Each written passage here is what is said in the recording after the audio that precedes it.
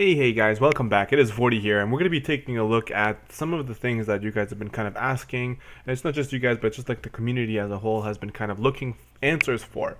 The one thing is that everybody's kind of trying to wonder is how are we going to be able to get this free 6-star unit that was announced to us? Where do you get the vision shards, etc.? So some of you have already figured it out, which is fantastic. So this part might be a little bit, redundant for you guys. If you do look at the part here, they do tell you about the initial one. Well, just by logging in June, you're going to be getting 10 every week or so, which is pretty good. But you can also do the events where you're going to get some. Plus, you're going to be able to do the raids. So what you guys are doing right now, and a lot of you are trying to calculate, is something that you guys are not taking into consideration. So just based off of the numbers you're looking at right now, most of you are either coming to like a number of like 250 or like 270.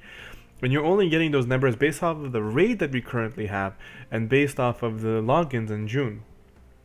Right? So the way I'm looking at this calculation, the way it's going to end up turning out, those who log in every single day and do all of the events and complete everything by the end of the month, you're going to have more than 300 shards.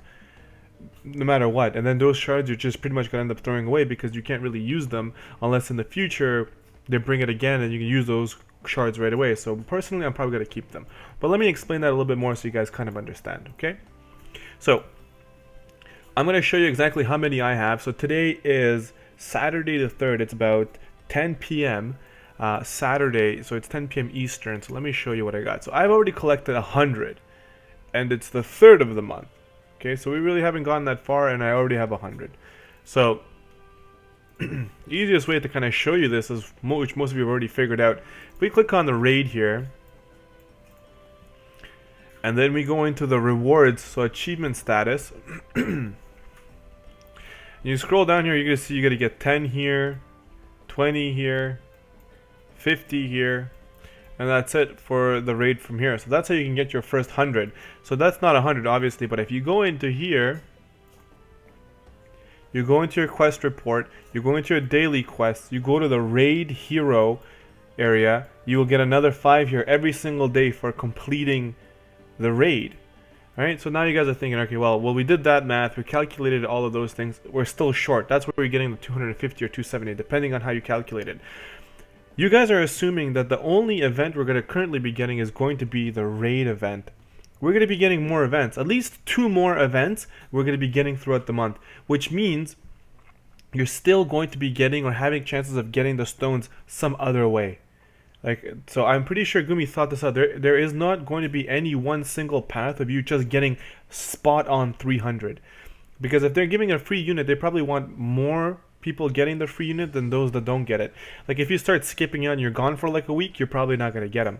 But if you miss like a day or two, they're not going to punish you that severely so that you miss out. So in the end, to kind of top it off and leave it at the end and just kind of close that whole vision shard, search you guys are trying to find out, you're going to get some from the raids for completing the points as I just showed you. You're going to get your dailies if you complete the daily quest by doing the raid.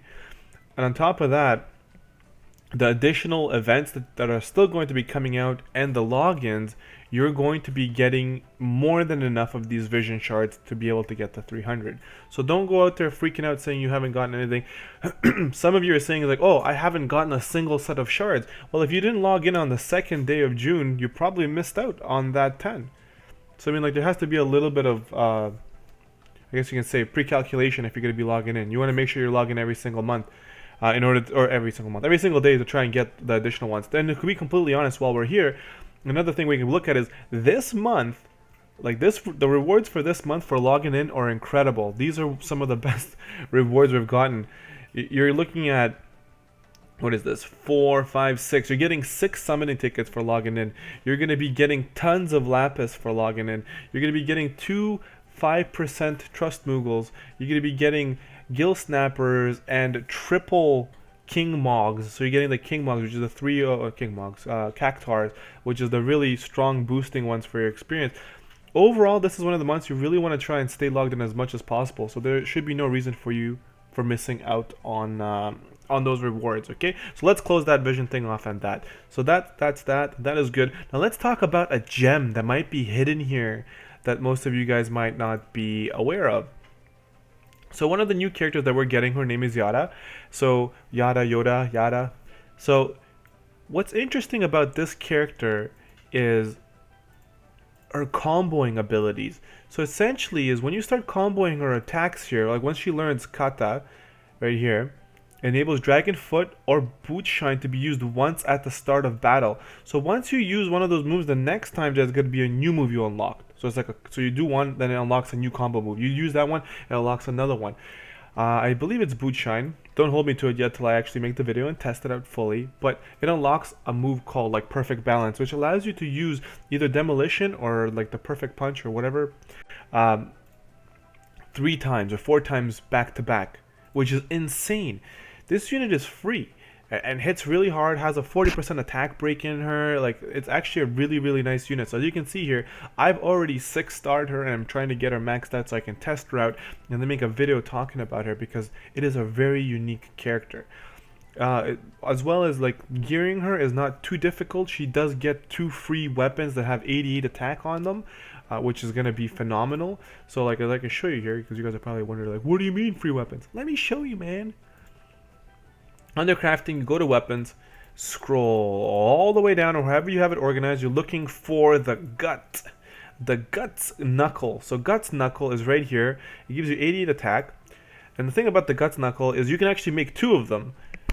So as long as you have dual wield or something, you'll be able to wear both of them. Not too difficult to craft here. I haven't had a chance to craft any of them because I used my Crimson Wings that I've unlocked for free as well using crafting other things. So the 2 characters we do get here, they get pretty decent items for you to craft. As you can see here, I've already crafted the Golden Eye, which is for the mage, and I've crafted the items that we need for armor for her already. I mean, from the summons, you're going to be getting quite a bit of them, right? So you're going to get her in here. I've gotten tons of all of these characters so far, which I'm assuming most of you have already, as long as you're beating the raid.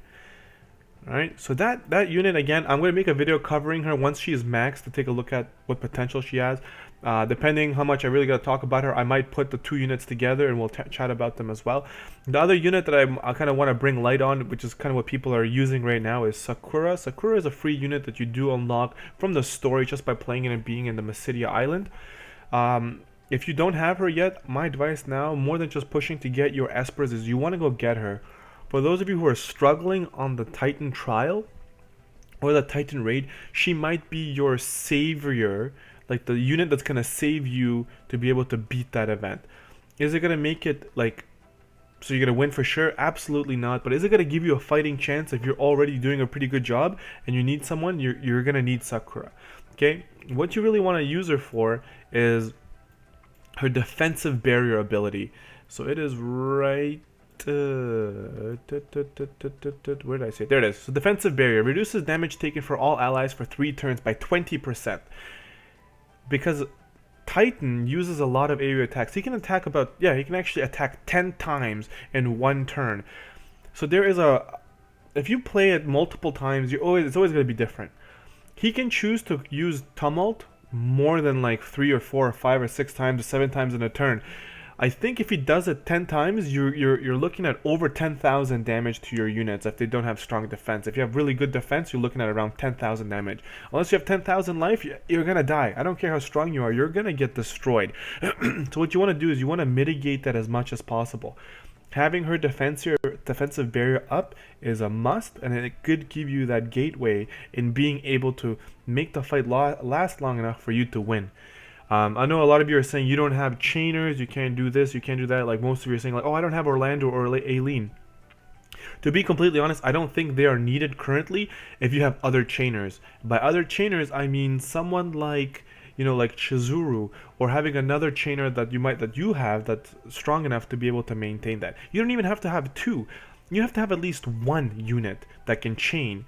Then you can bring another unit of the same unit you have as a friend that they can chain with, and that's it. Right? You don't have to sit there and be like, oh, well, I need 3 Orlandos or 5 Aileens to do this. No.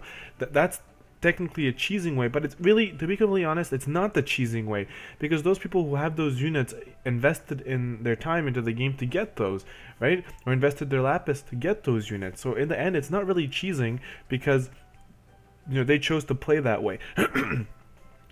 Some people get the luck, they have lots. Some people get no luck and they don't have anything. You just have to think more out of the box if you don't have those units. It's still possible to win, but you have to put effort into it. So if you don't have an Orlando or two Orlandos, then maybe instead of investing your time and sitting there and being like, oh my god, I don't have these units, well, have you ever pulled more than one Shizuru? Right? Like, what units have you pulled multiple of that have the possibilities of chaining and doing really, really well? Because I'm pretty sure many people out there have had their chance to get Shizuru, or more than one Shizuru, right? If you have more than one, level them both up to level 6 to 100, 6-star, you know, awaken them, make sure that they're ready, gear them up as best as you can, because they could be your chaining gods, right? Then what you need to do is you bring 2 of your Shizurus and then a friend Shizuru who's maybe, you know, got full TMs, and make sure that they attack last, so that way they get the biggest damage boost off of the attack. So I wish there was a better answer right now, but there really isn't. If you have chainers, then this is going to be an easy fight. And the bottom line of that is this event actually came out a lot earlier. Like I said in my previous videos, the event came out a lot earlier because this event just ended in a Japanese version. They sent it out here to us. We shouldn't be having this here yet. If we had Warrior of Light 6-star, most of you would be just laughing on how easy this event is, because Warrior of Light would be able to mitigate. He would do cover, AoE cover, so you guys would be taking no damage. Imagine having defensive barrier up already, so you're taking 20% less damage, plus his Warrior Light's cover, which reduces damage by 50%. You're looking at reducing 70% damage on everyone, which would be insane. And so this fight would be a joke. That's how the Japanese players had it. So we don't have that. And the reason you can look at it is this is more of a damage test, like damage dealing test, than how to deal with the event. So what I'm trying to say is I don't think it's fair that we have this. It's putting limited players the accessibility of being able to beat the event, which sucks, right? So they're trying to give something to those players who've invested Lapis into the game. That's the way I feel about this particular event, because of just where it sits right now. Week 2 might be different. Maybe by week 2 they might be like, you know what, we messed up, we made this too difficult, it's too hard, blah blah blah. If people are complaining enough, they might end up weakening him or changing something to him. Or maybe week 2 we might actually see Warrior of Light 6-star. So if we do get that, then majority of you, if you have him, you're probably going to be able to just walk through this fight like it's nothing. Alright, so that's kind of that. So we've covered the Shards, which is really the one I wanted to cover. A little bit of advice about the Titan fight and what's going on here. Honestly, guys, I'm still trying to figure out some way to beat it, like free to play. Currently, what I am looking at is a party like this, which is the one I'm using. It's the one I used originally to beat him. If you don't have these characters, then I kind of explained in my previous videos why I'm bringing those characters. If you have something similar, you might be able to try and craft a party that can help you like that. But the biggest thing here is you need to have one character that is chaining, whether it's Aileen, whether it's Orlando, which are the big 2. But then you can look at someone like Shizuru, right, as like a free-to-play player or whatever. If you didn't get lucky, if you did get that, then that's great. Otherwise, if you don't have a chaining unit, if you have someone like Olive, you can bring another Olive and try and just do like a 2-chain with another Olive so that you hit as hard as you possibly can.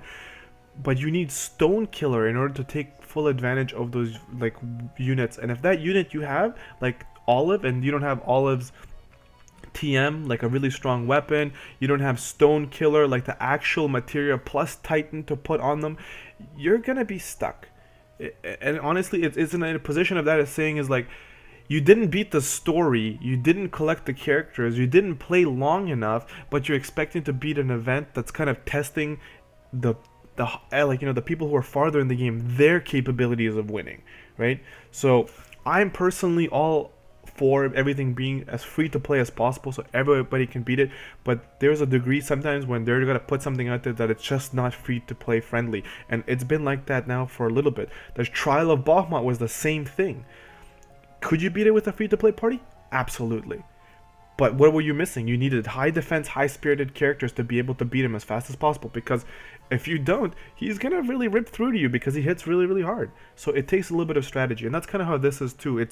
Can it be done? I think so. With the right character composition, yes, but it's gonna be gear dependent. You're gonna need a few TMs, right? There's no way that you can start the game today, get 5 characters to 6 star within the event period and beat them, because that's going to be really insane if you can do that. So just remember that. Depending how far you've played and how far you've achieved in the game, that's the position you're going to be sitting in, alright? So I hate to give you guys super bad news about that, but currently that's how it is. I'm playing with this party. I'm trying to move characters in and out and trying to give some space to try and see what we can do. But however I look at it, if I bring a character that is free to play or like weaker that everybody has access to, they end up needing way more gear to stay alive. Like for example, Sakura, very, very useful for this event, but you have to gear her up in a way that she can stay alive, so she can keep casting her barrier. You gotta give her some gear that has lots of spirit, defense, or whatever. And if you're missing these, then Sakura might be useless for you, right? Because in the end, she's gonna be dead all the time.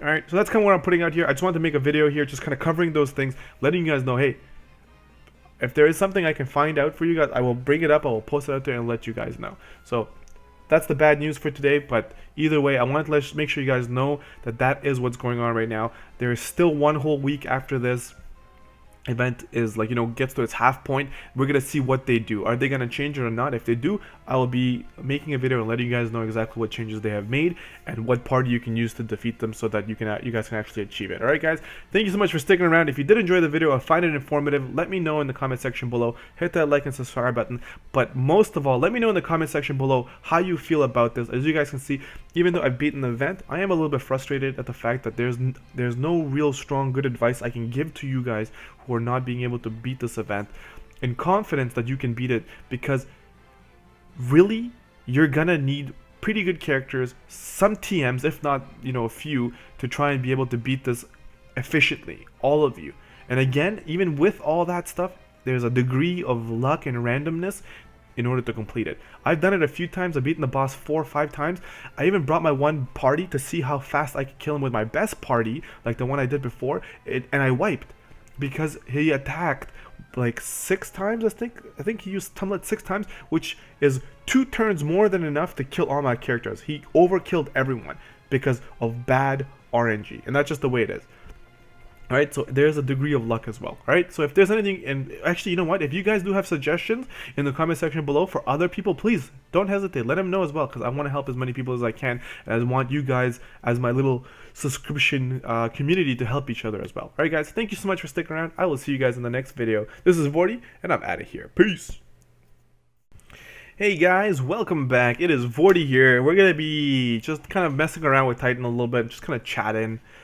Just giving a little bit of a hoot, a little bit of a chat. So he's gotten to level 17 so far, which is good. We want to try and get this guy as high as possible, so that whether you're doing pro or elite, we're going to be getting as much points as possible to pick up those amazing units. Ooh, so let me show you where I am at so far. So I am at 487,000, so I'm about to get my 1% trust Moogle again. And the one thing I wanted to kind of point out, actually, I've kind of been reading about it as well, because I was a little bit confused. We do get a second Protection of the Gods. What does that mean for you guys? If you put Protection of the Gods on Manilia, 2 of them, she doesn't have 2 times the chance of proccing, but it has like more chance of proccing, right? What that means, I don't know how to put that in plain English. Well, actually, I'll try. So, Protection of the Gods gives you 1%. Right? And then there's another one that gives you another percent. It's not like they stack. They individually have that percent of proccing. Okay? They will not proc double, because they can't proc the same turn in a sense. But if a unit attacks you, okay? So let's say A and B. So Protection Gods 1 is A, Protection Gods 2 is B. It attacks once. One of the 2 will proc. Right? Let's say that let's say it triggers either A or B will proc. Then the next time it attacks, it could be again A or B, right? So if the unit attacks like 10 times, you could have A and B proc multiple times. So technically, from the way it looks like, you can do this weird, cheesy way of just mad healing your characters, like over and over again by that. I just got it earlier today. I'm going to be doing a little bit of testing with this to kind of see exactly what it is, because this is kind of an interesting gimmick. Because in the Japanese version, I believe this exists as well. So I want to see really what we can do with it. If it is a viable way of having a new style tank. And then what that is it's a counter tank. It's a counter healing tank, where you would bring all the hate to Manilia, and then having 2 protection of the gods with a lot of defense and a lot of armor on her, and she would literally heal your party non-stop as long as the hate is on her, which it should be if you have provoke. And then you don't have to bring a healer essentially because she's just gonna keep your party full life at all times. Alright, so let's jump into a fight here with our boy Titan. Alright, so hang on.